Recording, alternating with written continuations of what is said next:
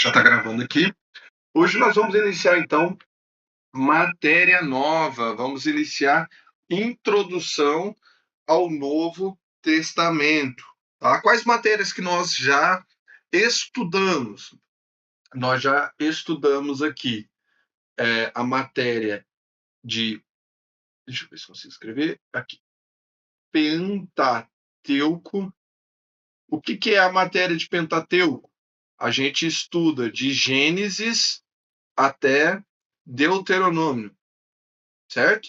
Depois do Pentateuco, a gente estudou livros históricos. Nossa, aqui, ó. Históricos. Os livros históricos, eles vão de Josué até Ruth. Até Ruth. Depois, livros poéticos. Os livros poéticos vão de Jó até o livro de Cantares. Depois, nós estudamos, né, os profetas. Aí, os profetas, nós estudamos desde Isaías até Malaquias, que o pastor Jackson apresentou semana passada. Malaquias. Então, nós já estudamos, de Gênesis, presta atenção aqui, nós já estudamos de Gênesis até Malaquias, ou seja, todo o Antigo Testamento. Nós já estudamos todos os 39 livros do Antigo Testamento. Olha que bacana esse marco, né? A gente já estudou o Antigo Testamento aí todo. Isso é muito bom, muito proveitoso para nós. E hoje nós entramos nessa matéria, introdução ao Novo Testamento, ou seja, não é o Novo Testamento, é uma introdução para a gente compreender como é o Novo Testamento, o que a gente vai encontrar no Novo Testamento, qual é o âmbito social do Novo Testamento, cultural do Novo Testamento, geográfico do Novo Testamento. É isso que a gente vai estudar nessa matéria, Introdução ao Novo Testamento. Eu já estou com um livro de vocês, estão todos comigo, eu já vou entregar essa semana para vocês. E aí, nós iniciaremos aí, então, essa matéria de Introdução ao Novo Testamento. Semana que vem, não. A próxima matéria já é Evangelhos e Atos dos Apóstolos. E aí sim a gente entra de fato nos livros do Novo Testamento, tá? Mas por enquanto a gente só está na introdução, ok? Dito isso, bora lá avançar aqui. Então, qual é a disposição, qual é a forma que é separado o Novo Testamento? O Antigo, eu acabei de mostrar para vocês. O Antigo Testamento ele é separado em Pentateuco, livros históricos, livros poéticos e os profetas. É desse jeito que está separado na sua Bíblia. Pentateuco, livros históricos, livros poéticos e profetas. É dessa forma que está separado. É até mais fácil para você gravar onde que está cada livro, né? Já o Novo Testamento, ele tem uma outra disposição. Como é o Novo Testamento? O Novo Testamento, a gente tem os 4 evangelhos mais Atos dos Apóstolos, ou seja, a gente tem evangelhos e Atos dos Apóstolos. Irmãos, toda a história de Jesus, elas estão nesses 4 livros aqui, Toda a história. Eu quero saber os milagres de Jesus. Eu quero saber onde Jesus foi, o que ele fez, aonde ele andou, quem que ele curou, quando ele morreu, de que forma que ele morreu. Toda a história de Jesus, toda a história envolvendo Jesus, estão nesses 4 livros: Mateus, Marcos, Lucas e João. Ok? E o livro de Atos dos Apóstolos, o próprio nome já fala, né? Foi as atitudes, os atos que os apóstolos fizeram depois de Cristo, depois que Cristo ressuscitou e foi assunto aos céus. Atos dos Apóstolos é o único livro histórico do Novo Testamento. Alguém poderia mencionar para mim um livro histórico do Antigo Testamento? Acabei de falar, hein? Um livro histórico do Antigo Testamento. Reis, né? Livro de Reis. Samuel, Reis, Samuel, Crônicas, Reis, livro de Juízes, Crônicas, Esdras, Esdras Esdras, também, Neemias. Isso mesmo, pastor Neemias, Jacques. Esther. Isso, exatamente. Josué. Uhum. Todos esses livros são considerados históricos, mas no Novo Testamento a gente só tem um, tá? Histórico, que é Atos dos Apóstolos, tá? Que conta a história dos apóstolos, né? Que vai trazer aí o que vai acontecer com eles, a expansão da igreja e assim por diante. Depois, então, qual que é a categoria que a gente tem dos livros do Novo Testamento? A gente tem Evangelhos e Atos, que vai ser uma matéria que a gente vai estudar esses 5 livros. Aí, ó, depois, aparece até o Antigo Testamento, né? Você tem 5 primeiros livros, depois você tem 14 livros aqui, ó. Esses 14 livros aqui são as cartas paulinas, ou seja, as cartas de Paulo, tá? Aqui eu tô colocando Hebreus junto, mas a gente não sabe quem que escreveu Hebreus, mas como tem muita gente que acha que Paulo que escreveu, ele tá aqui no bojo também, tá? Então são 14 ou 13 cartas paulinas. Como que é dividido, então, o Novo Testamento? Evangelho e Atos, depois cartas paulinas, tá? Que vai de Romanos até Filemon. Aí tem alguns que acreditam que Hebreus também, tá? Então, Novo Testamento, Evangelho e Atos, cartas paulinas, e aqui, ó, de Tiago até Judas, a gente tem epístolas gerais. Olha que legal. Aqui, ó, são chamadas de epístolas gerais, ou seja, cartas gerais, cartas de Paulo, cartas de Pedro, de João, de Judas, tá? Por que eu estou trabalhando esse nome com vocês? Porque aqui são as próximas matérias que vocês vão ter. Terminando essa, que é a introdução bíblica, vocês vão ter essa matéria aqui, ó, Evangelho e Atos. Terminando essa Evangelho e Atos, vocês vão ter essa matéria aqui, ó, Cartas Paulinas. Vocês vão estudar todos esses livros aqui. Terminando as Cartas Paulinas, a próxima matéria, Epístolas Gerais. Vocês vão estudar todas essas cartas aqui, ó.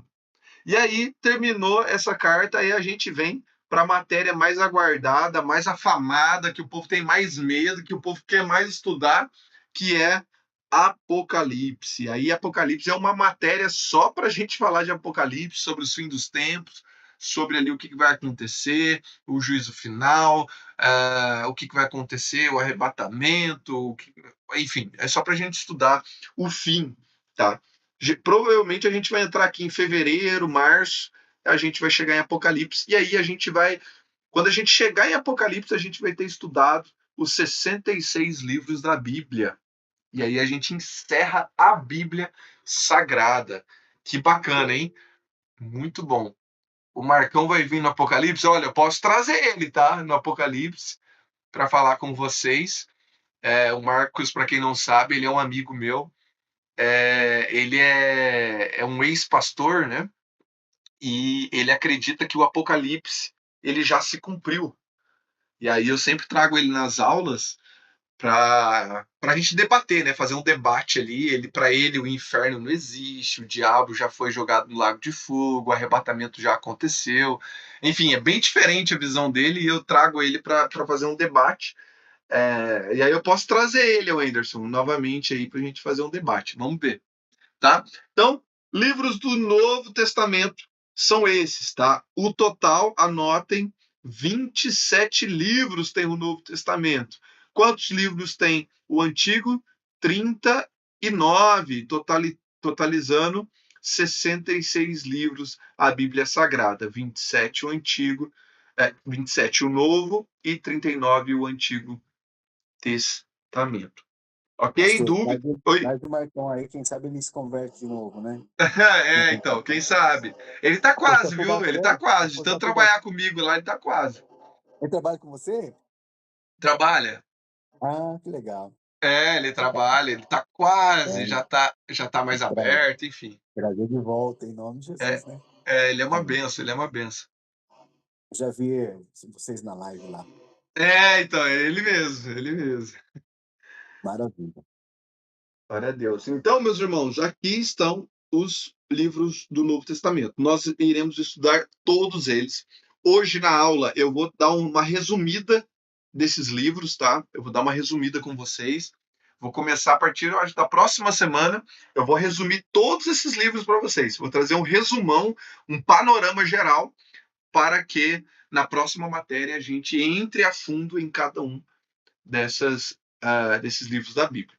Então, o Novo Testamento, em sua etimologia, né, no grego, ele significa diateque. Né? O que significa diateque? Última vontade, último desejo do testador. Então, o que significa Novo Testamento? Diateque, que também tem ali a sua vertente para pacto, ou seja, é um estabelecimento de uma situação legal por meio de um testemunho acompanhado de um juramento. O que isso quer dizer? Parece difícil, né?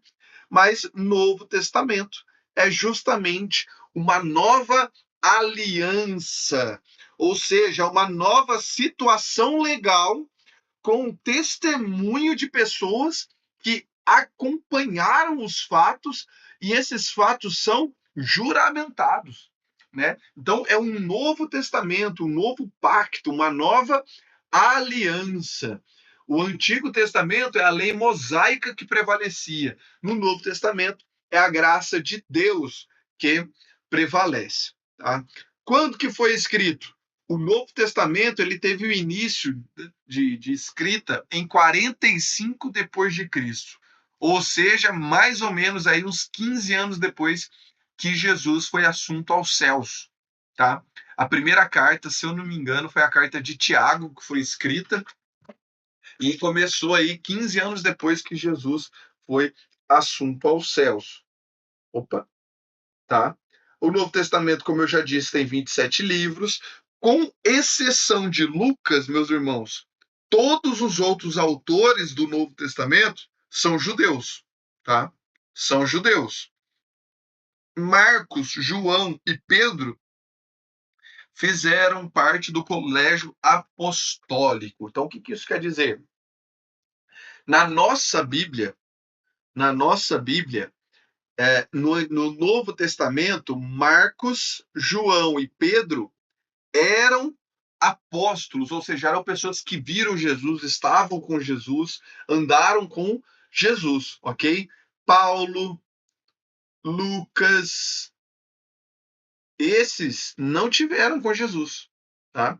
Não tiveram com Jesus. É importante a gente ter isso em mente. Paulo e Lucas são os únicos que eu acabei de falar. Paulo e Lucas são os únicos escritores do Novo Testamento que não foram testemunhas oculares da vida de Cristo. Professor, o que é testemunha ocular? Não viram Jesus. Não foram testemunhas que presenciaram Jesus nessa terra, tá? Mesmo assim, Jesus se apresentou a Paulo em Atos 9, ali em Damasco, lembra?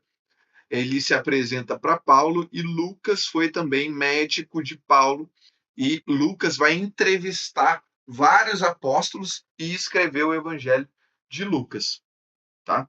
Então, por mais que eles não tenham tido contato com Cristo, foram chamados por Cristo, tá?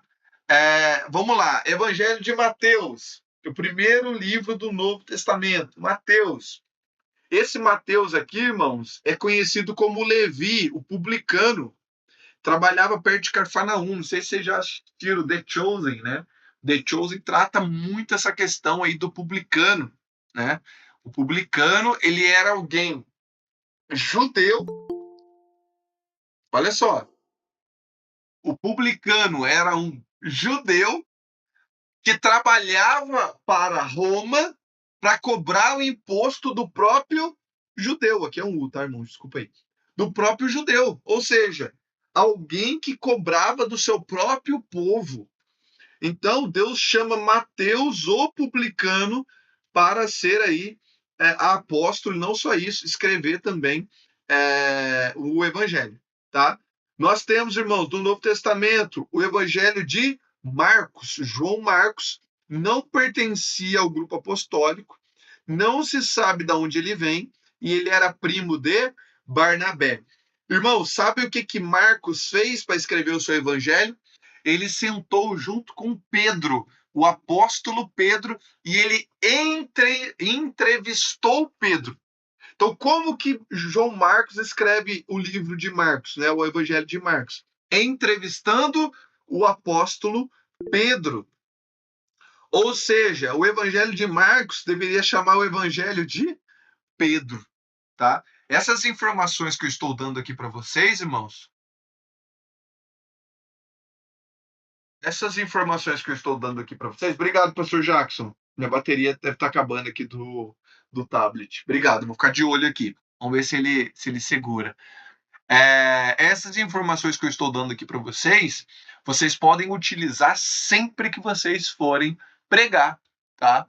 Terça-feira o pastor Jackson pregou lá na igreja lá, ele usou várias dessas informações que eu estou dando para vocês aqui. O que isso faz? Isso enriquece a sua mensagem, tá? Enriquece. Então, você vai ler algum versículo, você vai pregar algum versículo que está no livro de Mateus, traga essas informações. Irmãos, essa passagem que eu li faz parte do livro de Mateus. Mateus, irmãos, é o apóstolo de Cristo que era um publicano, que trabalhava ali perto de Cafarnaum, era conhecido na Bíblia como Levi. Os publicanos eram isso, fazia isso, aquilo. E esse publicano vai escrever essa história que eu vou pregar aqui para vocês. Olha só, acabei de dar uma introdução para minha mensagem usando essa informação. Vai pregar aqui no livro de Marcos, fala, irmãos, João Marcos foi uma pessoa que não pertencia ao grupo dos apóstolos, mas ele entrevista o apóstolo Pedro e escreve este evangelho a qual a gente acabou de fazer menção do texto. Este evangelho, ao invés de ser chamado de evangelho de Marcos, deveria ser chamado evangelho de Pedro, justamente porque Pedro foi ali a fonte de toda a inspiração desse livro. Acabei de fazer uma introdução, acabei de trazer informação para a igreja, acabei de ensinar a igreja em menos de um minuto. Eu enriqueci a minha mensagem e trouxe aí bastante informação bacana para a igreja. Tá? Aqui é só dando contexto para vocês. Vamos lá, próximo. Lucas. Lucas, como eu já falei, não pertencia ao grupo apostólico. Seu nome significa iluminador ou iluminado. Lucas escreveu 30% do Novo Testamento, não era judeu, nasceu segundo Eusébio de Cesareia em Antioquia, na Síria. Vocês lembram em 722, já falei isso para vocês, em 722 antes de Cristo, ou 720, se não falha a memória, a Bíblia diz que a Assíria entra em Israel e leva todo mundo cativo. E Deus vai usar um descendente dessa Assíria para escrever 30% do Novo Testamento. Olha que incrível isso, tá? Lucas, ele era, irmãos, médico, tá? Médico de Paulo. E ele, por ficar próximo de Paulo, vai também ficar próximo de todos os apóstolos. E aí, estando perto de todos os apóstolos, o que ele vai fazer com essa a proximidade toda? Ele vai entrevistar esses apóstolos. Ele vai entrevistar esses apóstolos e a entrevista desses apóstolos surge então o livro ou o Evangelho de Lucas, ok? Por isso que o Evangelho de Lucas ele é o mais detalhado, tá? De todos os evangelhos, irmãos, o Evangelho de Lucas é o que tem mais detalhe dos milagres. É o que tem mais detalhes sobre o que Jesus fez. É o que tem mais detalhes ali em relação aos outros evangelhos, tá? Então, olha o tanto de coisa que eu falei aqui para vocês que vocês podem enriquecer a mensagem de vocês. Próximo evangelho, João. Esse João aqui é o filho de Zebedeu e de Salomé. O seu nome significa Yahvé tem sido gracioso, ou Deus é graça, né? Ou agraciado por Deus. Esse João aqui também é chamado de Boanerges, tá? Pastoreou Éfeso e escreveu também Apocalipse e morreu de forma natural aos 100 anos de idade. Irmãos, esse é o João, o discípulo amado. O João, ele escreveu o Evangelho de João, ele escreveu Apocalipse e ele escreveu primeira, segunda e terceira epístola de João. Ou seja, o apóstolo João escreveu 5 livros, tá? 5 livros e morreu aí perto dos 100 anos de idade de morte natural. Foi o único de todos os apóstolos de Cristo que morreu de morte natural, ok? Mais informações aí para vocês. Bora? Paulo. Paulo é um outro escritor do Novo Testamento, tá? Paulo nasceu em Tarso, o seu nome significa pequeno ou pequena estatura. Paulo ele foi instruído aos pés de um dos maiores rabinos da época, Gamaliel. Paulo ele era perseguidor dos cristãos, membro do Sinédrio, escritor de 14 cartas ou 13 cartas, tá, irmãos? 13 cartas. Vai depender aí se você acredita se o livro de Hebreus foi Paulo mesmo que escreveu ou não, tá? Morreu 68 depois de Cristo em Roma, capital do Império. Então, o apóstolo Paulo, irmãos, disparado, é o apóstolo que mais tem literatura, tá? As cartas de Paulo são cartas de doutrina, cartas pessoais e cartas de missão, tá? Essas são as cartas de Paulo. Ele escreve aí 13 a 14 cartas que estão no Novo Testamento. Se tiverem dúvida, me pergunte, tá? Outro escritor, Tiago. Esse Tiago aqui é o autor da obra menos doutrinária da Bíblia. Escreveu a sua epístola em Jerusalém, olha, foi um dos primeiros a escrever, ó, 45 a 48 depois de Cristo. O seu nome vem do latim Giacomo, que da palavra grega se chama Iacobos, que em hebraico significa Jacó. Ou seja, Tiago e Jacó é a mesma palavra, é o mesmo nome, são iguais. Olha que informação interessante. O Novo Testamento fala de pelo menos 4 Tiago. E segundo Flávio Josefo, Tiago morreu em Jerusalém por volta de 62 depois de Cristo. Irmãos, Tiago foi o primeiro dos apóstolos a morrer, tá? Ele era o pastor presidente da igreja de Jerusalém e ele morre aí com a perseguição do império. Mas ele escreveu a carta dele lá, tá lá na Bíblia. O apóstolo Pedro, filho de Jonas e irmão de André, o seu nome, qual o nome? Pedro significa pedra pequena, pedregulho ou seixo. Nasceu em Betsaida, era pescador, era um dos mais distintos apóstolos de Cristo e a sua morte é entre 65 e 68 depois de Cristo, tá? Irmãos, o apóstolo Pedro escreveu primeira e segunda Pedro, tá? Fora a gente considerar também o Evangelho de Marcos com sua autoria. Como pode, irmãos, um pescador escrever aí 3 livros, né? Vamos colocar assim, ou 2 livros do Novo Testamento? É só Deus mesmo que faz esses tipos de coisa, né? Deus é muito fiel. Judas, esse Judas aqui, irmãos, pelo amor de Deus, não é o Judas Iscariotes, tá? Que matou Jesus, que entregou Jesus. Não é Judas Iscariotes. Tem gente que nem sabe que tem Judas na Bíblia, né? Um livro de Judas na Bíblia. Esse Judas Tirou minha aqui. dúvida aí, pastor, porque eu ia bem perguntar isso. é, Judas significa louvado, tá? E no Novo Testamento menciona, olha só, pelo menos 6 personagens com o nome de Judas, tá? Esse Judas aqui, ele é meio irmão de Jesus, meio irmão de Jesus, tá?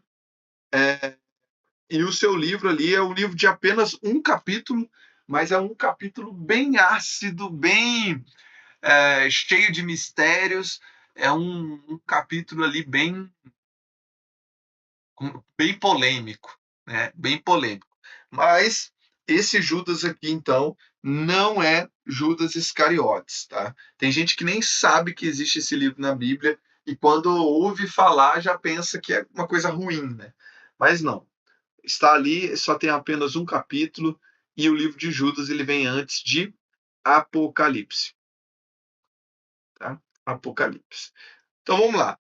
Qual é o conteúdo do Novo Testamento? As páginas do Novo Testamento retratam o maior de todos os acontecimentos.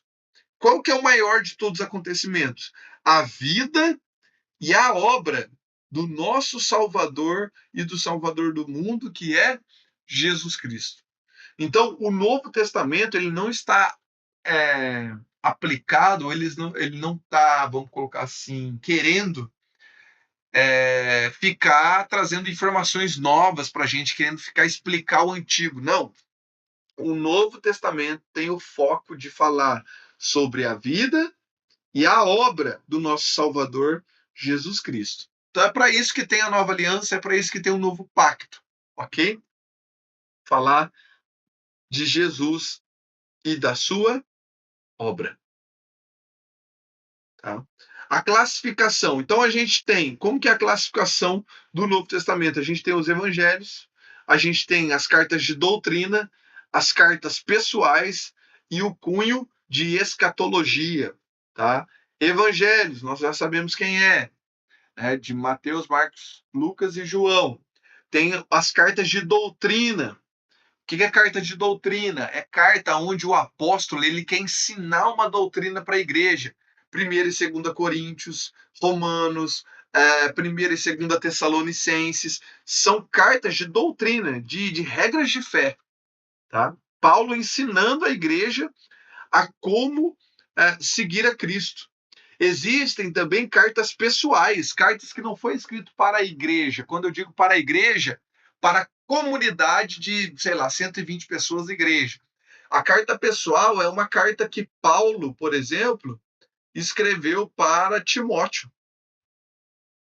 Essa carta não foi para a igreja, mas foi para Timóteo. Cartas que Paulo escreveu, sabe para quem? Para Tito, eleito no Senhor, tá? Para Tito. Essa carta aqui não foi para a igreja, mas foi para Tito, ou seja, era uma carta de cunho pessoal. E nós temos também a escatologia, ou os assuntos escatológicos.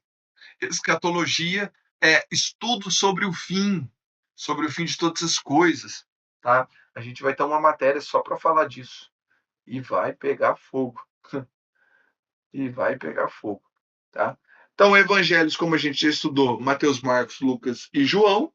E a gente tem ali um livro histórico que é Atos dos Apóstolos. Livros de doutrina da nossa Bíblia. Vai de Romanos até 1 João. Então, Romanos, 1 e 2 Coríntios, Gálatas, Efésios, Filipenses, Colossenses, 1 e 2 Tessalonicenses, Hebreus, Tiago, 1 e 2 João, Judas e 1 João. Tá? Esses são livros de doutrina. Aí tem as cartas pessoais que eu expliquei para vocês. 1 e 2 de João, Tito, Filemão. E ali também, por exemplo, 1ª e 2ª. Ah, não, aqui eu acho que só repetiu mesmo. Escatologia, irmãos, como eu já falei, livro de Apocalipse. Aqui, ó, eu queria mostrar para vocês algo bem interessante. A gente tem o Novo Testamento separado em 3 períodos. Quais períodos? O primeiro período é o período do começo, é de 6 a 29 depois de Cristo. Ou seja, aqui Jesus não tinha iniciado seu ministério. As atividades de Cristo eram atividades de qualquer ser humano. Jesus trabalhava, Jesus estudava, Jesus ia para a escola, Jesus viveu como nós aqui, normalmente, óbvio, com muito menos recursos que a gente tem hoje, mas o primeiro período que nós temos do Novo Testamento é o começo. É o começo em que Jesus não se revelou, que Jesus ainda iria se mostrar e iniciar o seu ministério. Depois nós vemos que o segundo período, que é o período da expansão. Jesus inicia suas atividades e aí essas atividades começam a expandir. É o crescimento da igreja primitiva. É o que Lucas vai escrever em Atos dos Apóstolos. O que Lucas vai escrever em Atos dos Apóstolos? A expansão da igreja. A expansão da igreja. E no terceiro período a gente tem a consolidação, que é de 60 a 100 depois de Cristo, que são epístolas pastorais de Paulo, escritos de Pedro e também Apocalipse. Quantos períodos nós temos do Novo Testamento? A gente tem 3 períodos. Quais são esses períodos? O começo, a expansão e também a consolidação. Consolidação. Ok? Dúvidas? Dúvidas, pessoal? Tranquilo?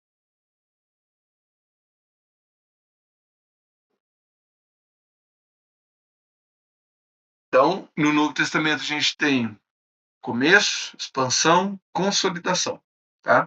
Uma coisa que eu queria falar com vocês aqui antes de entrar, próximo slide, é isso aqui, ó.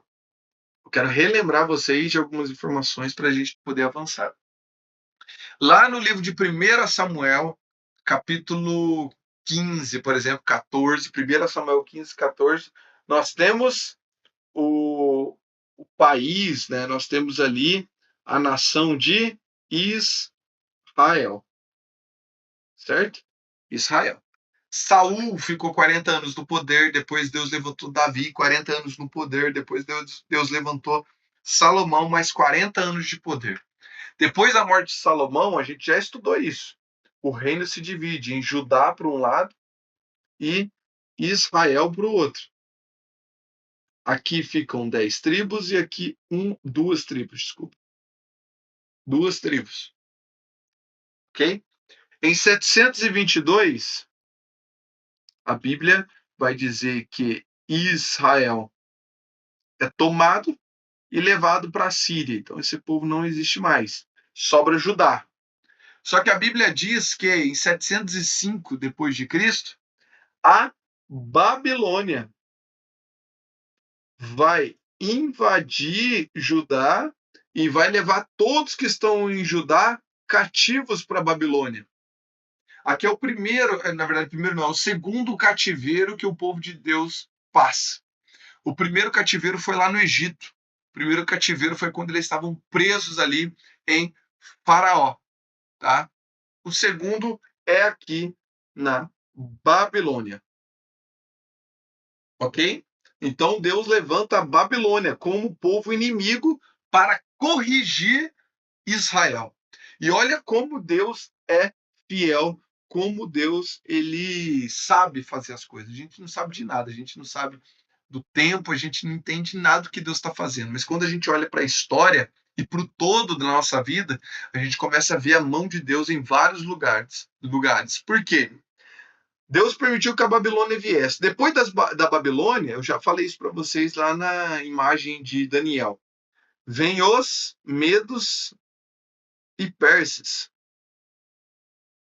O que esses caras fazem? Eles tiram a Babilônia do poder.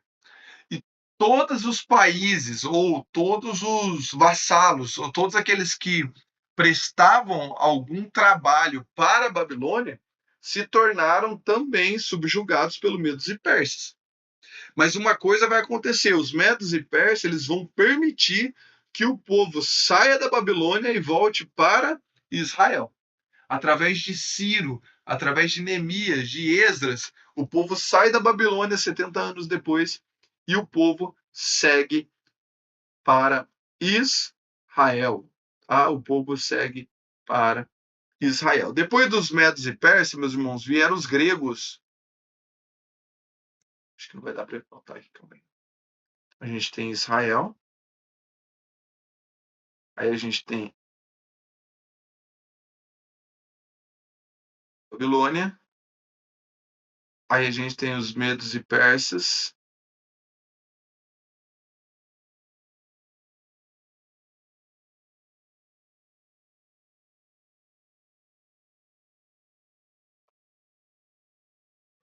e depois dos medos e persas vieram os gregos, tá?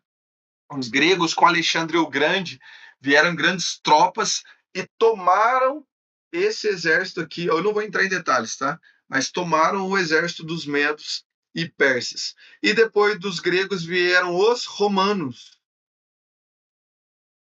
Opa, probleminha técnicos.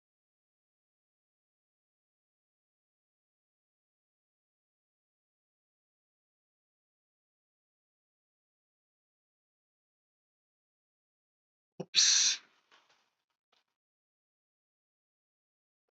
probleminhas técnicos. Então aqui, ó, vieram os romanos.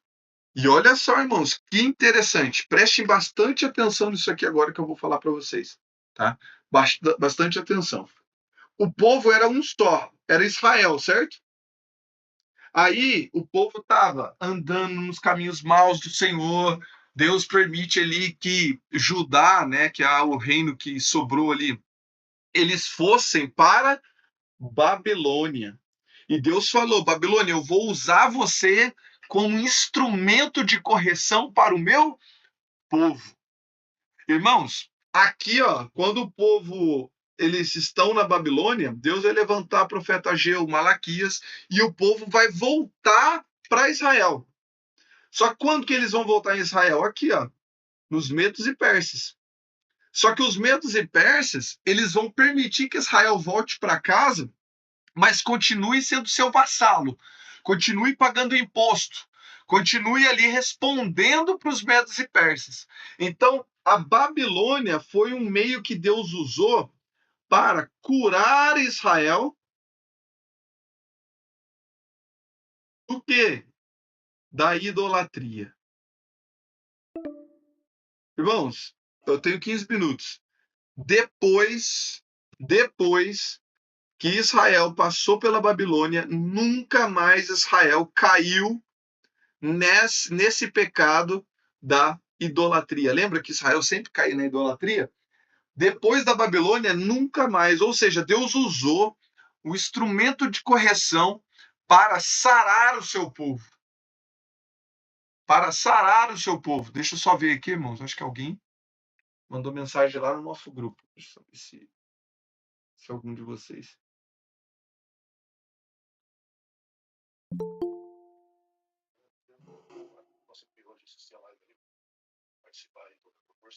Pastor Mauro. Deixa eu aceitar ele aqui. Então, Deus usou a Babilônia. E aí, irmãos, preste bem atenção nisso aqui. Depois da Babilônia vieram os medos e persas. Os medos e persas, quando eles vieram, Israel já estava na sua terra, mas pagava imposto ainda para os medos e persas.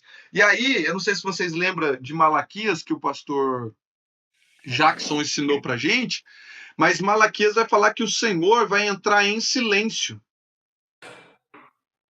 E Deus não vai mais falar por 400 anos, Deus não vai mais falar em Israel, nem por sonho, nem por visão e nem por profeta. Deus não vai falar de forma alguma com Israel. E isso vai desde os medos e persas até a hora dos romanos. Deus só vai voltar a falar com Israel novamente com João Batista, lá no livro de Mateus. Só que o que está acontecendo em Israel enquanto Deus está em silêncio? Enquanto Deus está em silêncio, que é esse período de 400 anos, passou a Babilônia, passou os medos e persas, depois dos medos e persas vieram os gregos, e depois dos gregos vieram os romanos. Aí sim Deus voltou a falar com o seu povo. Mas olha só o que eu vou contar para vocês agora. Cada um desses povos que foram usados por Deus como juízo para com Israel, eles ajudaram a preparar o caminho para Jesus vir para a Terra. Eu vou repetir para você que está anotando. Nesses 400 anos, Deus permitiu que esses inimigos viessem para preparar o caminho para que Jesus, aqui ó, na época dos romanos, para que Jesus, na época de Mateus, nascesse, tá? Pastor, ok, entendi que Deus permitiu que a Babilônia, que os medos e persas, que os gregos e que os romanos invadissem Judá e fossem ali cobrar imposto deles. Mas como que Deus usou eles para preparar o caminho para Jesus? Anotem. Dessa forma, meus irmãos, a Babilônia, Deus usou para curar Israel do quê? Da idolatria. Então, Israel agora já não é mais um povo idólatra. Eles só adoram ao Deus de Israel.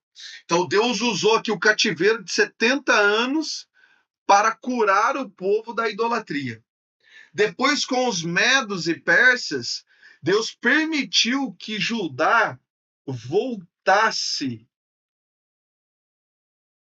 Ixi, está escrevendo aqui, calma aí, irmãos. Deixa eu só apagar aqui. Com os medos e persas, Deus permitiu que o povo voltasse, retornasse à sua terra natal, tá? Então, olha só. Primeiro Deus cura todo mundo da idolatria. Aí sim, todo mundo curado, Deus permite que eles voltem para a terra através dos medos e persas. Aí quando vem os gregos, os gregos trazem no seu bojo ali a helenização. Pastor, o que é helenização? Os gregos tinham uma cultura muito forte. E helenização é o seguinte, olha, eu conquistei a cidade, exemplo, eu conquistei a cidade de Jacareí. Ao invés de eu destruir a cidade de Jacareí, ao invés de eu matar todo mundo que vive em Jacareí, eu deixo o povo de Jacareí viver do jeito que eles querem, cultuarem o Deus que eles quiserem, mas duas coisas têm que acontecer em Jacareí. Primeiro, todo mundo vai falar a minha língua, que é a língua grega, e todo mundo vai pagar imposto. Então, os gregos, eles trouxeram a helenização, ou seja, eles trouxeram a unificação da língua. E os gregos, irmãos, eles conquistaram mais de 90% do mundo antigo. Os gregos, eles quase que conquistaram o mundo inteiro. E com isso, o mundo inteiro tinha a mesma língua. Qual que era a língua universal da época? O grego. O que isso facilita, né? Por exemplo, todo o Novo Testamento foi escrito em grego, ou seja, facilita o entendimento, né? O entendimento. Olha só Deus trabalhando. E vem os romanos. O que os romanos fizeram depois dos gregos? Os romanos, eles trabalhavam muito forte em estradas. Tem até um ditado que diz que todos os caminhos levam a Roma, né? O imperador queria que, por exemplo, você tivesse perdido e você pegasse uma rua qualquer, que essa rua levasse você até Roma. Ou seja, ele fez muitas estradas. Olha como o nosso Deus é. Não sei se você conseguiu entender o que eu estou falando aqui, mas Deus, em silêncio, ele continuou trabalhando. Trabalhando como? Curando a idolatria do seu povo. Quando Jesus veio, Israel não era mais idólatra. Deus continuou trabalhando com os medos e persas, porque permitiu que o povo voltasse para sua terra, ou seja, quando Jesus nasceu, Israel tinha uma terra novamente. Deus continuou trabalhando no silêncio através dos gregos. De que forma? Trazendo uma mesma língua para todo o mundo. O que isso significa? Que Jesus poderia falar em grego e todos poderiam entender Jesus falar. Ou seja, permitiu que os evangelhos fossem escritos em grego e o mundo todo conseguisse ler os evangelhos, que o mundo todo conseguisse entender o que Jesus falava e o que Jesus disse. Deus, em silêncio, continuou trabalhando através dos romanos, fazendo estradas por todo o mundo, para que a propagação do evangelho se estendesse por toda a terra e os apóstolos, quando eles foram evangelizar, eles pudessem chegar até os confins da terra. Glória a Deus por isso, tá? O que eu quero dizer para vocês? O silêncio de Deus não significa ausência de Deus. O silêncio de Deus não significa que Deus não está trabalhando. Pelo contrário, eu costumo dizer que se Deus está quieto, é porque ele está trabalhando. Glória a Deus por isso. Se Deus está quieto, significa que ele está trabalhando. Olha todo o plano que Deus fez para que Jesus chegasse no tempo certo. E quando Jesus chegasse no tempo certo, não ia ter idolatria, o povo já estava na sua terra, todo mundo falando a mesma língua, com estradas para alcançar todos os povos. Esse é o meu e o seu Deus, um Deus de estratégia, um Deus que sabe o que faz, um Deus que não nos deixa só, um Deus que trabalha mesmo em silêncio. Estão pegando aí, irmãos? Estou indo muito rápido, deu para entender, tá? O que aconteceu então nos 400 anos entre Malaquias e Mateus? Exatamente o que eu acabei de mostrar para vocês. Veio a Babilônia, depois a Babilônia foi derrotada pelos medos e persas, depois os medos e persas foram derrotados pelos gregos e depois os gregos foram derrotados pelos romanos.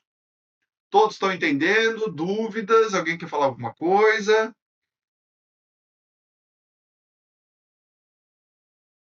Toma água aqui que eu falo demais, né, irmãos? Falo demais. Dúvida, meus irmãos? Tranquilo? Estão conseguindo entender aí, né? Olha lá, hein?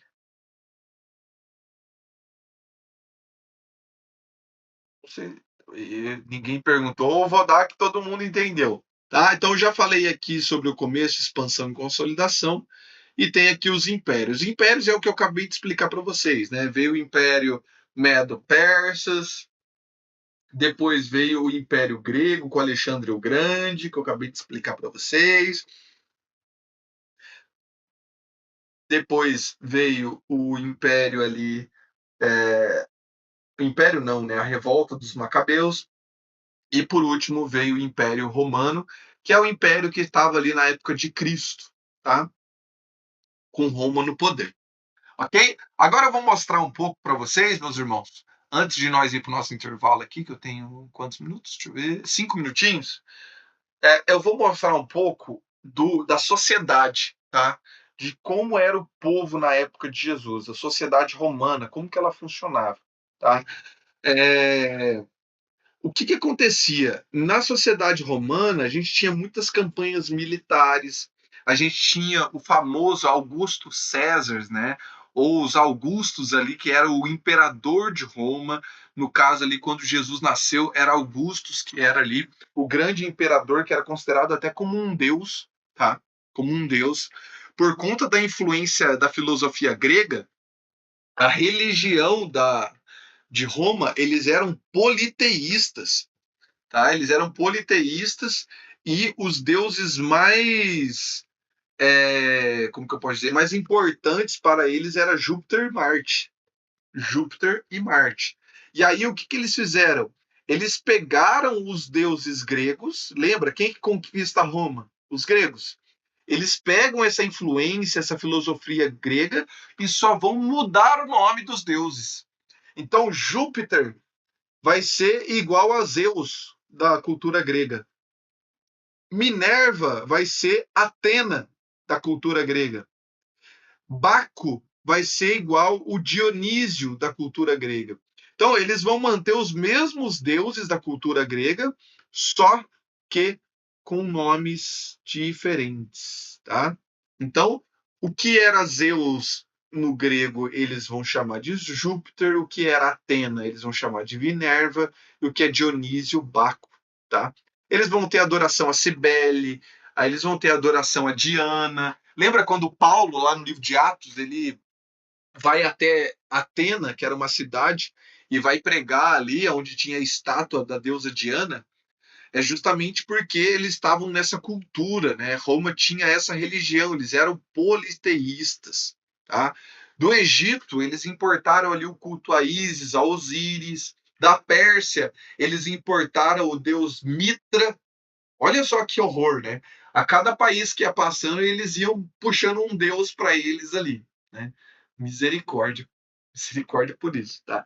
E o imperador também era tido como um deus, tá?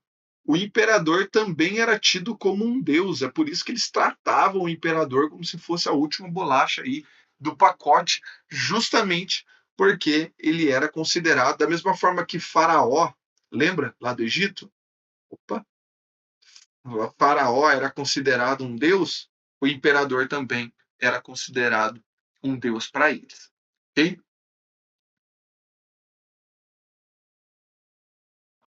E vamos ver um pouco da cultura, né? Eu acho que tem 2 minutos só para a gente acabar a aula. Eu vou fazer o seguinte, para mim não parar no meio aqui, eu vou liberar vocês para o intervalo, meus irmãos, para eu não precisar parar a explicação no meio. Eu vou liberar vocês para o intervalo e a gente volta daqui 15 minutinhos, tá bom? 8h45 eu mando o próximo link lá. Aproveita para tomar uma água, pegar ali uma bolacha, um biscoito, estica as pernas aí e a gente já retorna, tá bom? Vamos para o nosso intervalo e a gente já volta aí.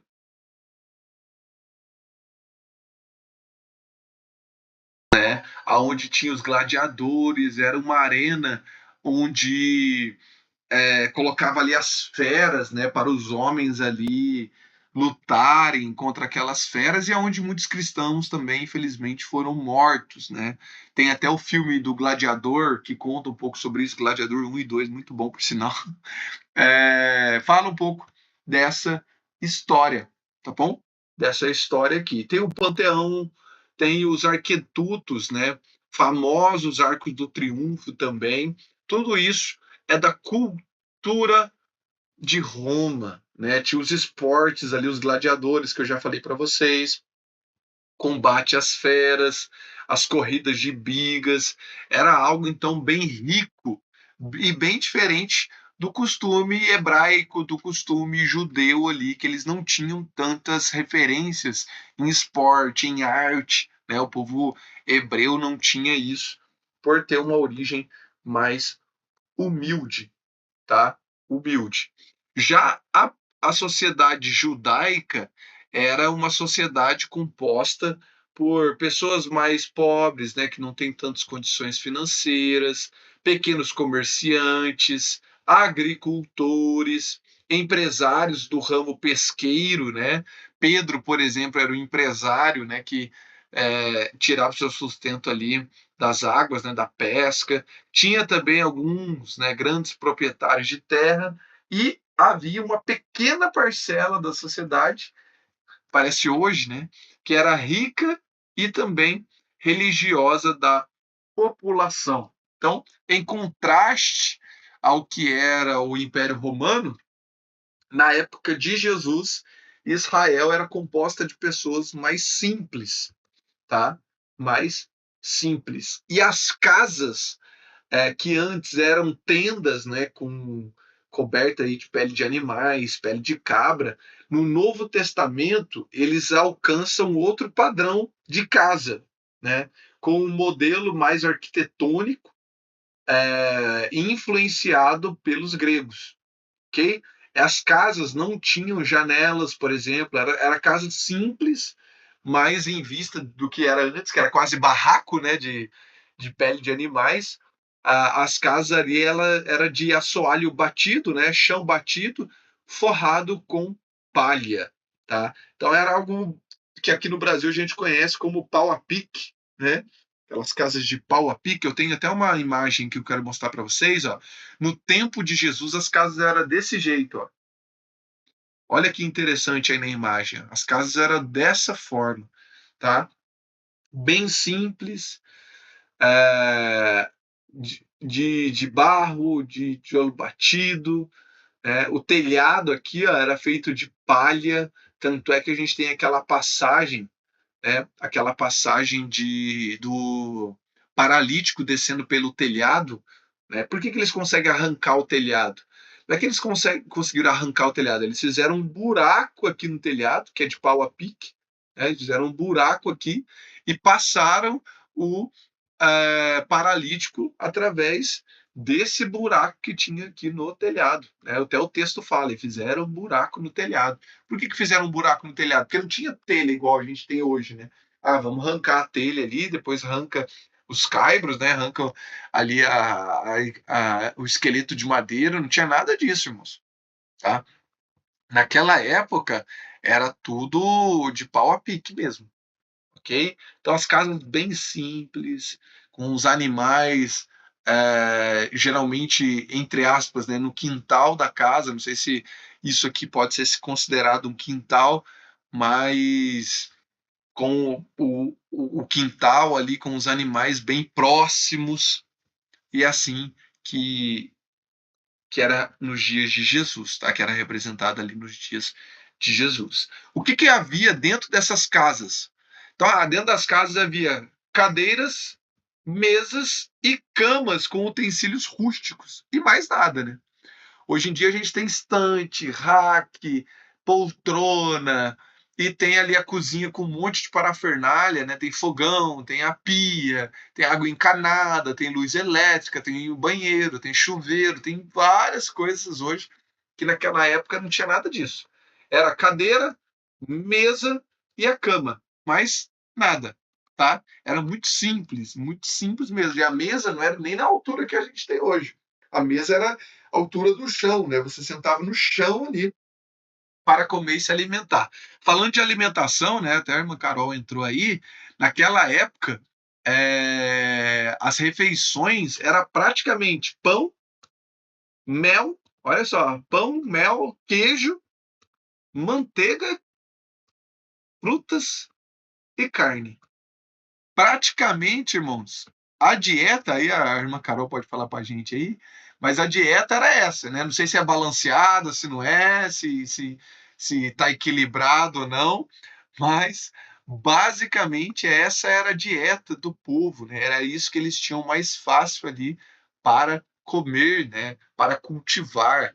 Então, matavam um animal, tinha carne, plantavam ali, tinha as frutas, fazia o pão ali com o trigo, tinha o mel também, pegava ali do leite, né? Fazia o queijo, fazia a manteiga. Era essa a dieta do povo na época de Jesus. Muitos grãos, carne de peixe e assim sucessivamente, tá? E as roupas, né? As roupas eram praticamente essas, né? Eram túnicas na época de Jesus. Lembrando, estamos estudando introdução ao Novo Testamento, então eu estou introduzindo vocês na época de Jesus. Você tinha só o calção, né? Que hoje em dia seria ali a cueca, né? Que a gente utiliza ali, as roupas por baixo, né? Então a gente tem aquelas roupas de baixo, que foi instituída ali no livro de Levítico. A gente tem as túnicas, que é essas roupas grandes, né? E a capa, né? Na aula segunda-feira eu até mostrei o que é essa capa. Eu levei a capa lá na aula segunda-feira, mostrei como que as orações que eles faziam, né? Eu tenho o talit, mostrei como é que eles faziam as orações, o significado de cada coisa ali. Mostrei na segunda-feira para os irmãos ali, porque era uma indumentária da época, né? Essa roupa aqui era uma roupa bem específica, tudo de um pano só, não podia ter mistura na sua roupa. Então, se a roupa era de algodão, ela tinha que ser inteiramente de algodão, não podia misturar com nylon, não podia misturar com outro tipo de tecido, tá? Outras coisas, os ornamentos. Então, as mulheres usavam muito a argola, pulseira, broche, anéis, pingentes, cordões, braceletes, né? Isso já existia na época de ouro, de bronze, de prata. As mulheres usavam bastante isso. Pedro vai até falar sobre isso, sobre os ornamentos, né? Pedro vai falar, olha, que os ornamentos que vocês utilizam não sejam mais do que vocês têm de pureza, né? Ou de bonito, ou de beleza, mas que aquilo que vocês carregam dentro de você seja o mais bonito do que os ornamentos que vocês levam por fora. Olha que forte isso. É. Irmãos, a Bíblia não condena. Deixa eu deixar isso bem claro aqui, tá? Se alguém tiver alguma dúvida também, a gente já conversa. A Bíblia não condena fazer maquiagem. A Bíblia não condena usar brinco. A Bíblia não condena usar pulseira, usar colar, usar pingente, cordão. A Bíblia não condena nada disso, tá? Não é errado, não é pecado. O que que é o errado, irmãos? O excesso. O que que é o errado? É você ter amor nisso. Você pode ser uma pessoa vaidosa. Você pode ser uma pessoa que se cuida. Não tem problema nenhum nisso. O problema está no excesso.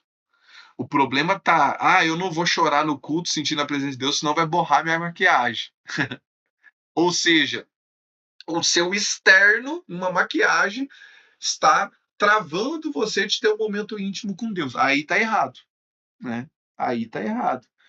O errado é você querer colocar uma pulseira ou uma argola ou sei lá, um colar para chamar a atenção dos outros com essa intenção, sabe?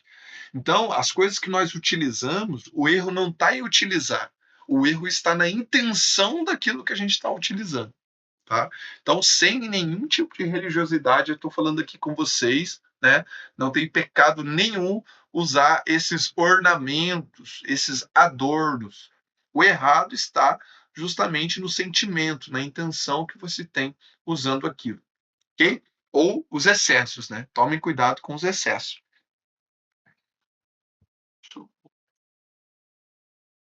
E aí, irmãos, no tempo de Jesus, existiam grupos religiosos. Então, deixa eu voltar um pouco lá no início da nossa aula. Se vocês se lembrarem, eu falei para vocês que do livro de Malaquias ao livro de Mateus existe um período de quantos anos mesmo? 400 anos. 400 anos do silêncio de Deus. Eu já falei com vocês o que Deus fez nesse período. Agora eu vou falar para vocês o que os homens estavam fazendo nesse período. Irmãos, imagina você viver num tempo onde você carrega uma história, você sabe que Deus liberta, você sabe que Deus faz milagre, você sabe que Deus abriu o mar, você sabe que Deus escolheu o seu povo, você sabe que Deus é um Deus vivo, mas você vive numa época que esse Deus dele não fala. Esse Deus não fala por visões, nem por profeta, nem por revelação, nem por profecia, ele não fala de forma alguma. Qual é o sentimento do povo? O sentimento do povo é: olha, a gente entende que nós pecamos e que Deus não quer falar conosco, mas nós não podemos perder aquilo que Deus deu para nós. E o que Deus deu para nós? A sua palavra. Então, desde o início do silêncio de Deus, o povo começou a se ajuntar para estudar a palavra, a fim de que eles não perdessem a palavra de Deus. E com esses ajuntamentos, o que aconteceu? A mesma coisa que acontece hoje em dia, irmãos. Ajuntou, olha, só para vocês terem uma ideia.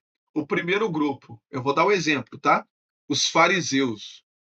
Aí o que os fariseus eles faziam? Eles se ajuntavam e além de ler a palavra de Deus, eles também interpretavam a palavra de Deus da forma deles. Então eles não só liam a palavra, eles interpretavam ela de acordo com o pensamento deles. Aí tinha um povo ali dentro que não concordavam com essa interpretação, achava essa interpretação errada. E aí criou outro grupo, que é os saduceus.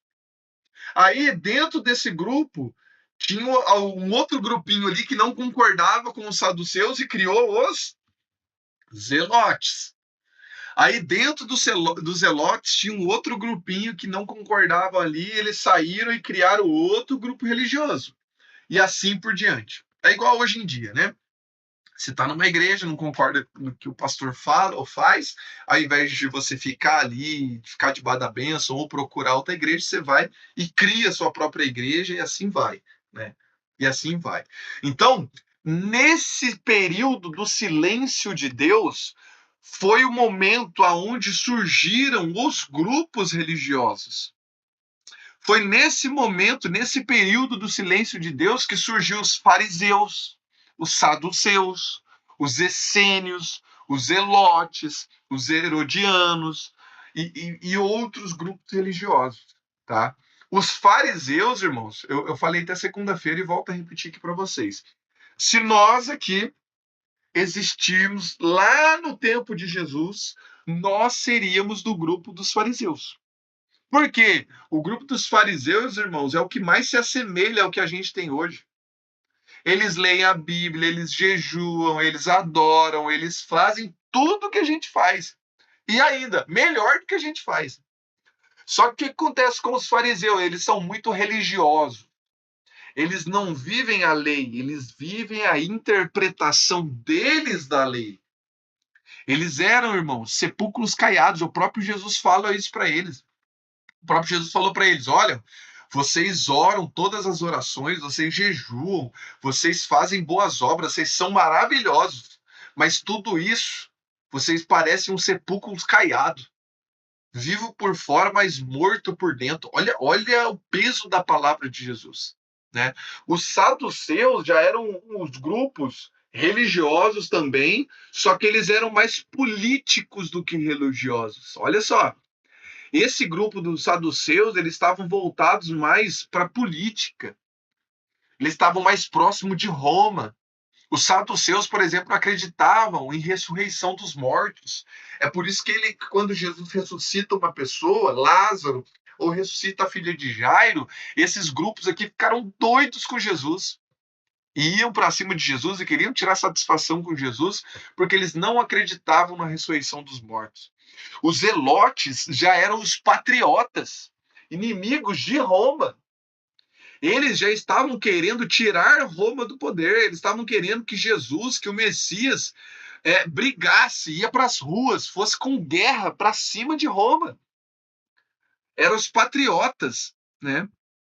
Os essênios querendo fugir de toda essa pataquada aqui dos fariseus, essas pataquadas aqui dos saduceus, dos zelotes, os essênios viviam isolados no deserto, em uma vida ascética e austera. Ou seja, eles estavam ali quase que tirando um jejum ali indefinido, né, no meio do deserto. E João Batista, por exemplo, provavelmente ele veio desse grupo religioso aqui, que é os essênios, que viviam nos desertos, tá? E esses são os grupos religiosos da época de Jesus.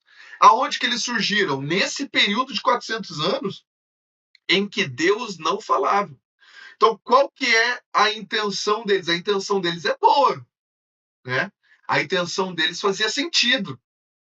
Porque a intenção é boa, olha, se já que Deus não está falando, vamos nos ajuntar, vamos guardar a palavra de Deus, vamos ficar juntos aqui. Só que a intenção é boa, mas Deus não mandou eles fazerem nada disso.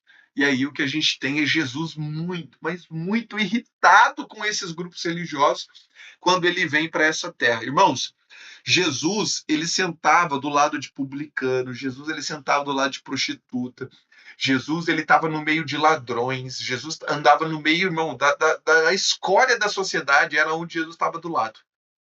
Mas Jesus não suportava gente religiosa. Jesus não suportava religioso. Jesus, ele falava doce com ladrão. Jesus, ele falava de uma forma mansa com prostituta. Jesus falava de uma forma totalmente paciente com os publicanos, com a escória da sociedade, mas com os grupos religiosos. Jesus não tinha paciência nenhuma. Jesus chamava de raça de víbora, Jesus xingava, Jesus até bateu nos religiosos. Ele bateu, irmãos, justamente pela hipocrisia desses grupos religiosos. Porque esses grupos religiosos, enquanto Deus era amor e queria alcançar todo mundo, esses grupos religiosos colocavam empecilhos entre Deus e as pessoas. Tem mais grupos religiosos, ó, os herodianos, que era a ponte entre as forças de ocupação romana e os palestinos. A gente tinha os sadoqueus, né, que opunham-se radicalmente ao paganismo. A gente tinha os samaritanos também. Eu já expliquei para vocês o que são os samaritanos ali, que é o povo que vivia em Samaria. Então, olha o tanto de grupos religiosos que tinham na época de Jesus. É igual hoje, irmãos. Você tem a placa de igreja A, B, C, D. Você tem, ó, além de católico, evangélico, muçulmano, espírita, candomblessista, você tem aí pessoal da bruxaria, maçom. Além disso, dentro dos evangélicos, você tem adventista, assembleiano, presbiteriano, batista, você tem pentecostal, né? Você tem um monte de grupo religioso, cada um acreditando numa coisa, cada um com uma liturgia, cada um com um jeito de orar, cada um com um jeito de expulsar demônios, cada um de um jeito de fazer culto. Você tem gente de toda espécie, de todo jeito, de qualquer lugar que você quiser ir, você tem alguém ali. E Jesus viveu exatamente no meio desse mesmo tipo de gente. Gente de todo jeito, de toda crença. E Jesus não ficava no meio dos religiosos. Jesus ficava no meio do povão. Tá? E na época de Jesus, a gente tinha também o templo. Olha que interessante. Quais eram as instituições religiosas no templo de Jesus? Então, a gente tem, no templo de Jesus, nós temos, irmãos, o templo. Esse templo aqui não é o templo de Salomão. Lembre-se, o templo de Salomão foi destruído por Nabucodonosor em 597 a.C., tá? Esse templo aqui é o terceiro templo, é o segundo templo restituído ali por Herodes. Herodes vai transformar esse templo aqui. Eu já vou dar mais detalhes sobre isso. Nós temos no templo de Jesus as sinagogas. O que são as sinagogas? Lembra quando o povo foi para a Babilônia não tinha templo. E aí o povo se reunia nas casas para fazer a leitura da palavra de Deus, e ali surgiram as sinagogas. O que é sinagoga? Sinagoga não é templo. No templo você vai para fazer sacrifício, no templo você vai para pagar imposto, no templo você vai ali para fazer ali as ações litúrgicas, né? Na sinagoga, você vai para ouvir a palavra de Deus, é como se fosse um ponto de pregação. Você vai para ouvir a Torá, você vai para louvar a Deus, né? A sinagoga tinha um monte espalhado em Israel, mas o templo só tinha um. Era como se fosse o templo seria a sede, né, onde fazia os sacrifícios e a liturgia ali de sacrificial, e a sinagoga eram os lugares ali, as congregações onde tinha o templo, o templo de pregação, tá? Jesus pregava em sinagogas, ensinava em sinagogas, Jesus também ensinava no templo, e existia no templo de Jesus também o Sinédrio. Irmãos, o Sinédrio é como se fosse o fórum religioso da época, tá? Então, por exemplo, existia a lei de Roma e existia a lei do Sinédrio. O Sinédrio é como se fosse ali a lei de Deus, né? Então, por exemplo, para Roma, se você, por exemplo, eu vou dar só uma suposição aqui. Hoje, dia 24 de outubro, é o dia do jejum, por exemplo. É o dia do jejum. Sei lá, o pastor Jackson não jejuou hoje. Irmão, Roma não tá nem aí se você jejuou ou não. Roma queria saber se você roubou, se você matou alguém ou se você está pagando imposto. Mas, por conta de ser algo religioso, o sinédrio podia te julgar. Então, o sinédrio é como se fosse ali o fórum religioso. É onde tinha os juízes, os doutores da lei, e julgavam o povo da forma religiosa, tá? Foi o sinédrio que condenou Jesus à morte. Não foi Roma que condenou Jesus à morte, foi o sinédrio. Roma não podia matar Jesus, tanto é que Jesus ele foi para Pilatos, Pilatos não podia fazer nada com Jesus, mandou ele para César, César foi, não podia fazer nada com Jesus, mandou novamente Jesus para Pilatos. Pilatos, sem saber o que fazer, o que Pilatos falou? eu lavo as minhas mãos. Por quê?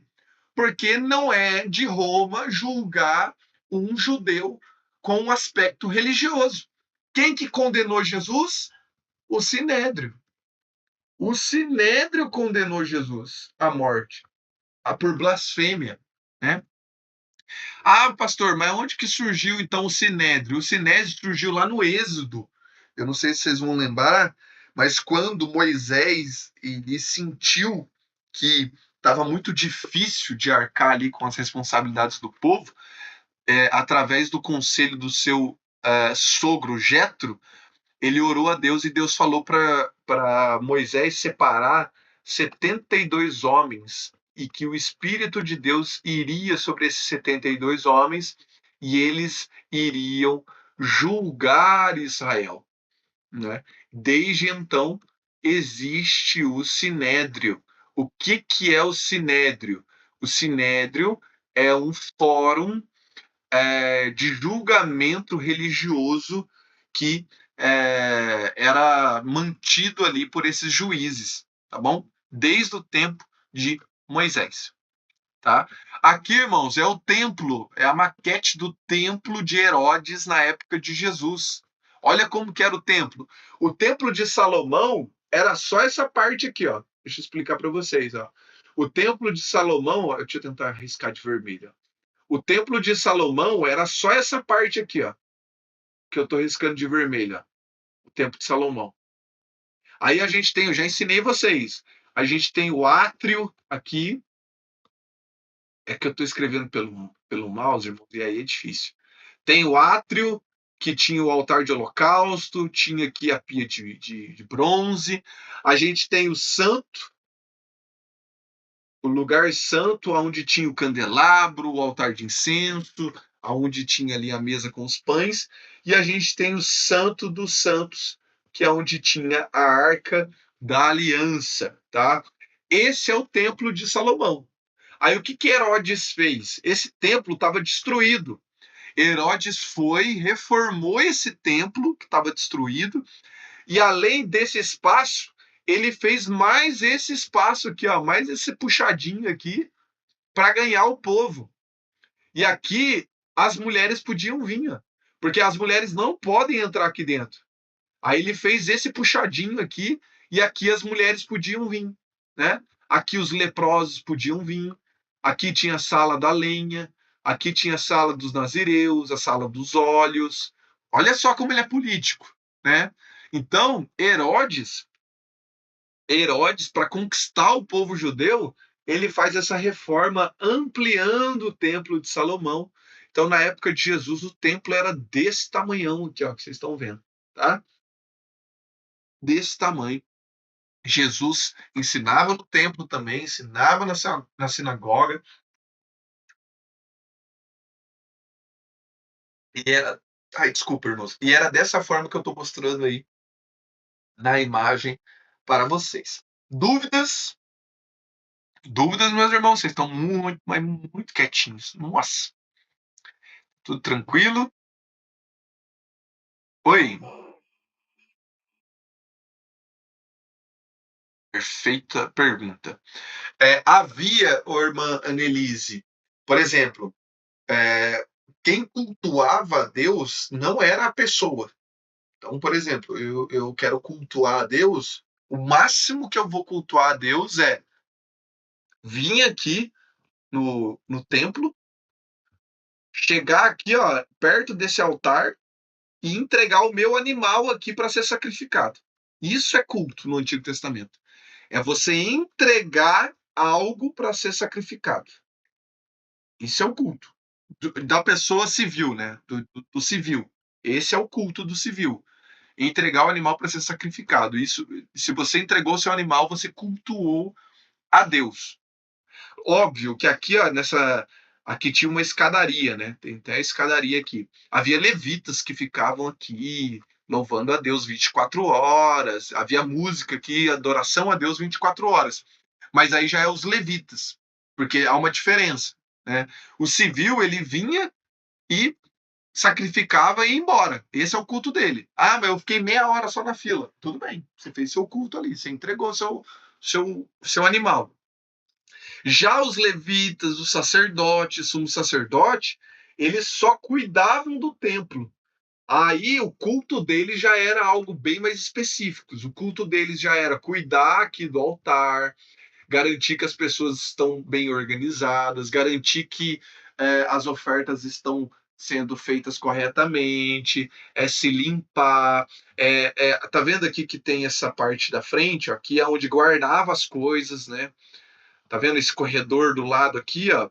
É garantir que tudo tá bem limpo, tá bem guardado, é garantir que aqui no lugar santo tá tudo certinho, no Santo dos Santos tá tudo limpo. Então, o culto já de quem era levita e sacerdote já era algo bem mais prático. Eles tinham as orações que ele tinha que fazer por dia, tinha ali o jejum que ele tinha que fazer por dia, tinha toda uma ritualística para quem trabalhava aqui. Qual que era o único momento, irmã Denise, que todo mundo adorava a Deus junto, que todo mundo fazia um culto só, né? Vamos colocar assim, um culto só. Era uma vez por ano, na festa de Yom Kippur, a festa do perdão, né? Nesse dia, aí todo mundo adorava a Deus junto através do sacrifício aqui no Santo dos Santos que o sumo sacerdote fazia. Aí o sumo sacerdote fazia um sacrifício para toda a nação. Tá? Ele fazia um único sacrifício por toda a nação. Aí era 24 horas de culto. Olha só a diferença, né? Não tem culto o ano inteiro, entre aspas, né? Aí o único culto que tinha era 24 horas de culto, que eles ficavam em jejum, só em orações, só ali buscando em Deus, né? Orando em Deus para fazer esse culto uma vez por ano. Fora isso, o culto é eu ir e fazer o sacrifício aqui no templo. Ah, mas eu quero ir na sinagoga. Não era uma obrigatoriedade você ir na sinagoga, mas se você é um bom judeu, você iria numa sinagoga frequentemente para você ouvir a palavra de Deus, aprender da palavra de Deus, enfim, estar com a sua fé ativa. Porque, por exemplo, nem todo mundo podia ir no templo, porque às vezes eu moro lá no norte de Israel, muito longe, mas pelo menos uma vez no ano eu tinha que fazer essa viagem para Israel para fazer esse culto ali a Deus no templo. Ah, eu não consigo ir lá no templo. Eu vou na sinagoga, pelo menos ouvir a palavra de Deus e estar bem alimentado.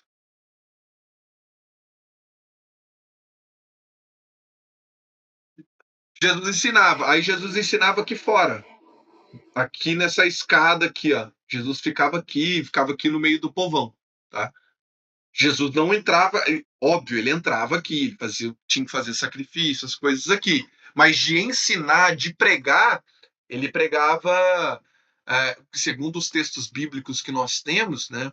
Jesus pregava aqui, ó, vou fazer o X aqui, tá? Ele pregava aqui, Jesus pregava aqui, ó, por exemplo, aqui em cima, aqui, ó, era o tanque de Betesda, onde Jesus pregou, aqui, ó, era onde Jesus chicoteou todo mundo lá que estava fazendo comércio, né? Era aqui em cima, aqui nessa parte. Jesus ensinou aqui também. Tinha a parte de baixo aqui. Então, Jesus, quando a gente fala que Jesus ensinava no templo, é nessas regiões que eu estou fazendo em vermelho aqui. Eu não sei se você já assistiu o The Chosen. É bem daquela forma mesmo. Jesus parava, a multidão se reunia do lado dele e ele saía falando, falando, falando, falando, falando. E nas sinagogas ele ia toda semana, todo Shabat ele estava numa sinagoga e ensinava na sinagoga.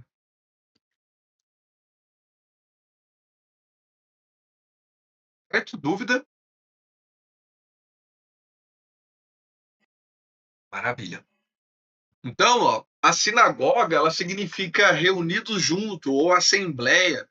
A sinagoga, como eu já disse para vocês, surgiu na Babilônia e era o local onde se estudava, né, os princípios e as ordenanças da Torá de Deus. E era necessário 10 homens judeus adultos para estabelecer uma sinagoga. Olha só, era preciso 10 homens judeus adultos para abrir uma sinagoga. Jesus escolheu quantos mesmo para andar com ele? 12. Ou seja, Jesus escolheu 12 homens para estabelecer uma sinagoga ambulante. Porque aonde que Jesus ia, por que ele podia ensinar por onde ele ia? Porque ele tinha 10 homens, mais de 10 homens acompanhando ele. Então, até a escolha dos discípulos não foi à toa, tá? A escolha dos discípulos, porque quem é liberado para ensinar? Só um sacerdote, um levita, né, um rabino é liberado para ensinar, desde que ele tenha no mínimo 10 homens. E aí ele pode abrir uma sinagoga e ensinar. Só que Jesus não tinha uma sinagoga fixa, ele tinha uma sinagoga ambulante. Ele ensinava, ele pregava por toda a extensão de Israel. E aí aqui, ó, você disse, irmã Elise, o culto. O que era o culto, então, na sinagoga, né? Era a recitação da Shema, né? Não sei se vocês conhecem, Shema Israel, nosso Deus é um, o único Deus.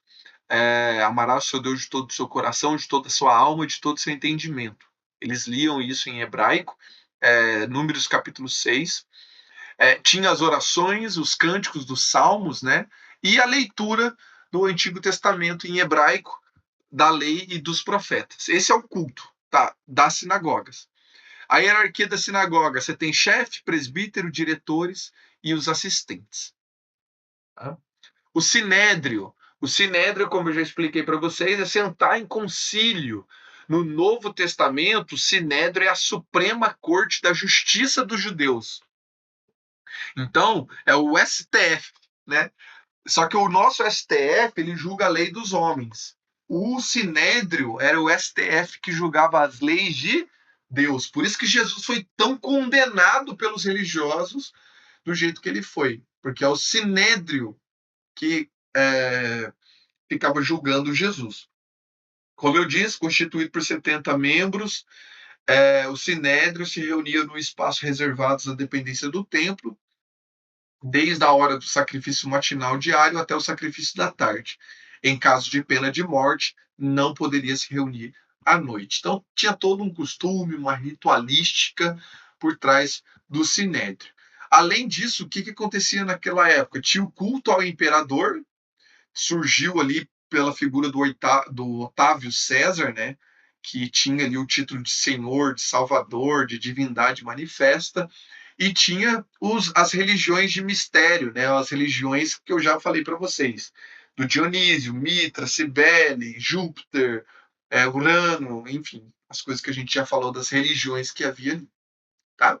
E para a gente ir para o nosso, finalmente, da nossa aula, nós temos aí 15 minutos, o Novo Testamento e o judaísmo.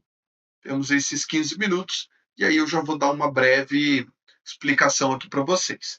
Então, o que é o judaísmo? O judaísmo nada mais é do que o pacto abraâmico, ou seja, o pacto que Deus fez, a aliança que Deus fez com Abraão. Todo pacto, toda aliança, ela tem um sinal, né? E o sinal do povo de Deus é a circuncisão. Nós temos a lei desse povo, então eles são um povo que tem um pacto, que tem uma aliança, um povo que tem uma lei. Nossa, mas eu estou riscando tudo aqui, é que eu estou com o mouse, é bem ruim.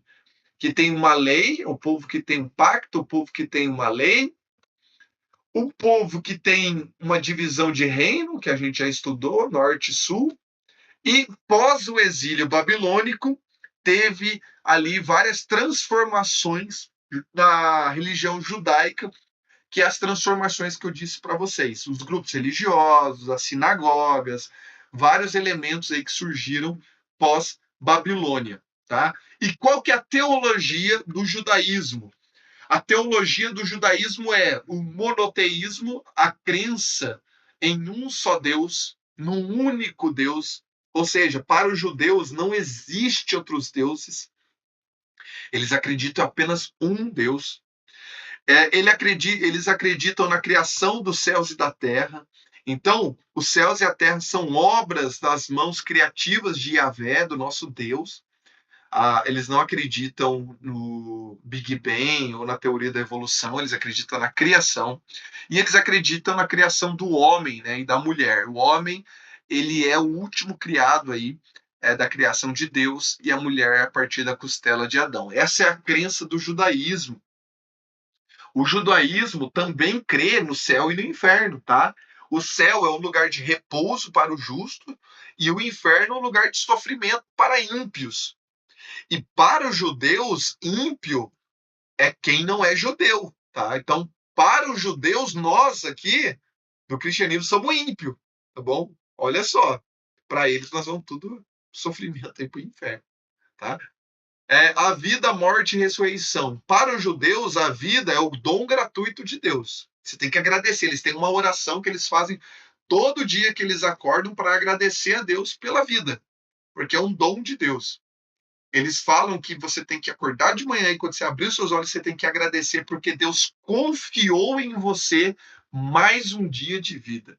É como se Deus fizesse assim, olha, eu vou confiar de novo nele, vou dar mais uma vez um sopro de vida para ele, para ver se ele faz certo dessa vez, para ver se ele vai ser grato dessa vez, para ver se ele vai perdoar dessa vez, para ver se ele vai abraçar dessa vez. O judeu tem muito dessa concepção, tá? A morte tem dois tipos. Tem o último suspiro, né, que é quando você morre, e tem o você morar no Sheol. O Sheol, irmãos, é a casa dos mortos, né, o mundo dos mortos, que eles acreditam que quando você morre, você vai para esse lugar chamado Sheol, tá? A ressurreição, os corpos seriam restaurados e enviados para Jerusalém por meio de túneis. Olha o que eles acreditam, que é assim, ó, você morre, vai para esse Sheol, e no momento da ressurreição, quando o Messias vier, esses corpos serão ressuscitados e restaurados e vão para Jerusalém através de túneis, porque o Sheol para eles fica embaixo da terra. Então, se é embaixo da terra, vocês vão chegar em Jerusalém através de túneis. Bem esquisito, né?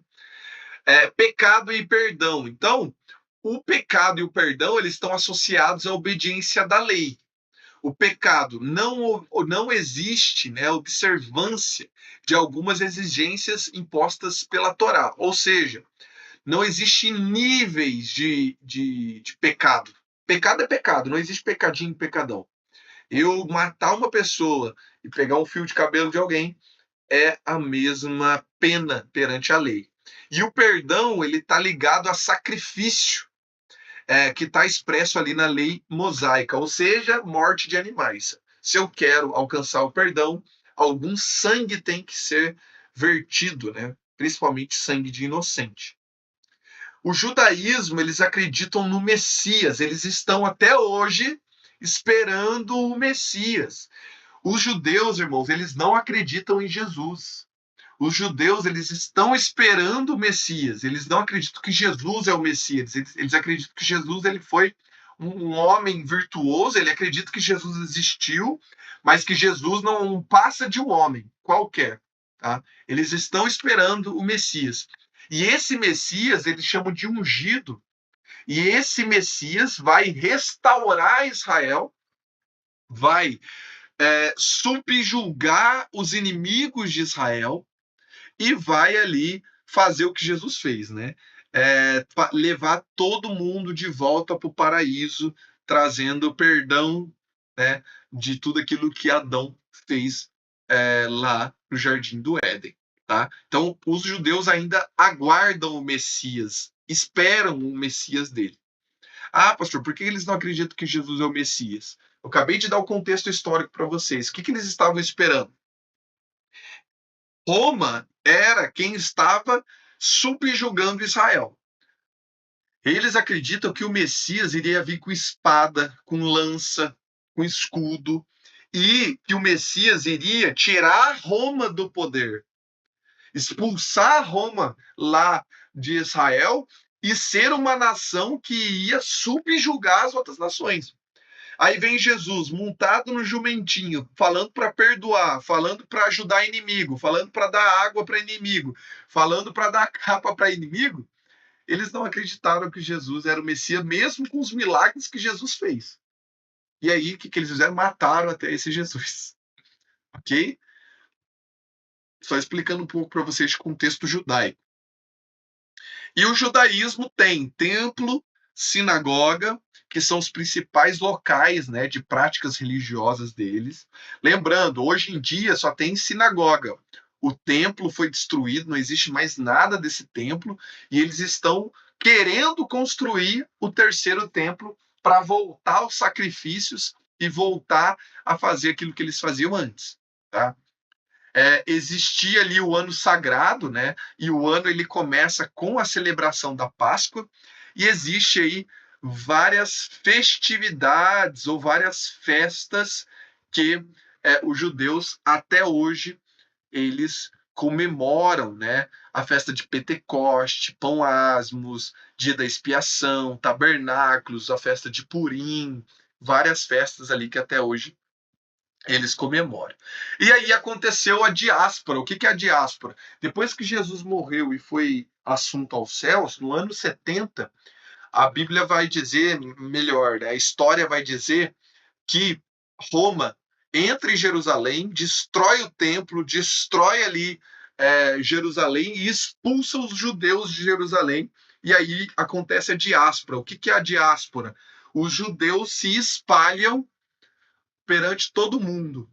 Então, hoje a gente tem judeu no Brasil, no Japão, nos Estados Unidos, na África. A gente tem judeus espalhados no mundo todo. Por quê? Porque no ano 70 eles foram expulsos de lá. E aí eles estão voltando aos poucos lá para a terra. E é por isso que tem muita guerra lá também, porque os judeus estão voltando, mas existe alguém morando lá na terra deles. E aí tá uma, uma guerra só lá, tá? Irmãos, entenderam? Eu vou parar a nossa aula por aqui. Eu consegui finalizar aí todo o conteúdo da nossa primeira aula. Semana que vem, hoje eu acho que eu consegui dar um contexto social, um contexto religioso de como estava ali a sociedade na época de Jesus, que era Roma que estava no poder, os grupos religiosos, como que funcionavam as coisas na época de Jesus. Na semana que vem eu vou começar a trazer os resumos. Eu vou falar resumo de Mateus, de Marcos, eu vou até Apocalipse, tá? Daqui em diante eu vou trazer os resumos dos livros do Novo Testamento, porque essa matéria é introdução ao Novo Testamento, tá? Então eu espero que vocês tenham aprendido hoje, tenham aí entendido o que aconteceu nos 400 anos do silêncio de Deus. Já mostrei para vocês. O silêncio de Deus não significa ausência de Deus. Ele estava trabalhando nesse momento de 400 anos para a chegada de Jesus, para a chegada do Messias. Tá? E aqui eu trouxe um pouco de cultura para vocês, trouxe um pouco aí de imagens, mostrando como que eram as casas, as roupas, mostrando tudo como funcionava na época de Jesus, justamente para vocês fazerem essa imersão no tempo de Jesus, para quando nós começarmos a estudar ali os livros do Novo Testamento na próxima matéria, vocês já estejam ambientalizados na época de Jesus. Amém? Alguém tem alguma dúvida, irmãos? Irmã Elise, o livro já chegou, tá? Chegou na terça-feira, já tá comigo. Vamos ver essa semana aí se eu consigo entregar para você já pegar o da Carol também. Pastor Jackson, o seu eu levo lá no culto. Irmão Rodolfo, eu entrego o seu na aula e assim a gente vai indo.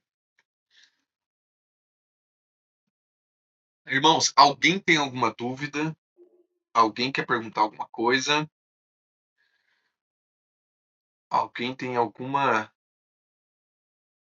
maravilha? Espero que vocês tenham gostado aí dessa primeira aula, essa aula introdutória, e trazer esse contexto, né? Na aula presencial, irmãos, como eu disse, né? Eu levei o talit, eu levei roupa, eu levei um monte de coisa ali da época de Jesus ali para os irmãos verem, né? E eu consigo ir um pouco mais a fundo, mas aqui eu consegui concluir toda a nossa primeira aula. Estou bem feliz com isso, contente com isso, porque eu não vou deixar nada para trás, tá? O livro de vocês também é bem rico, tá? Tem muita informação ali. E aí essa semana eu já saio entregando para vocês também. Bem, então, irmãos, eu vou encerrar nossa aula por aqui. Se alguém tiver qualquer dúvida, só me perguntar. Mas que vocês tenham um ótimo final de semana aí. Deus abençoe a vida de vocês. Qualquer coisa, só me enviar. Deus abençoe, pastor Jackson. Deus abençoe, meus irmãos. Amém. Boa noite. A paz. Tchau, tchau. Amém. Tchau, tchau.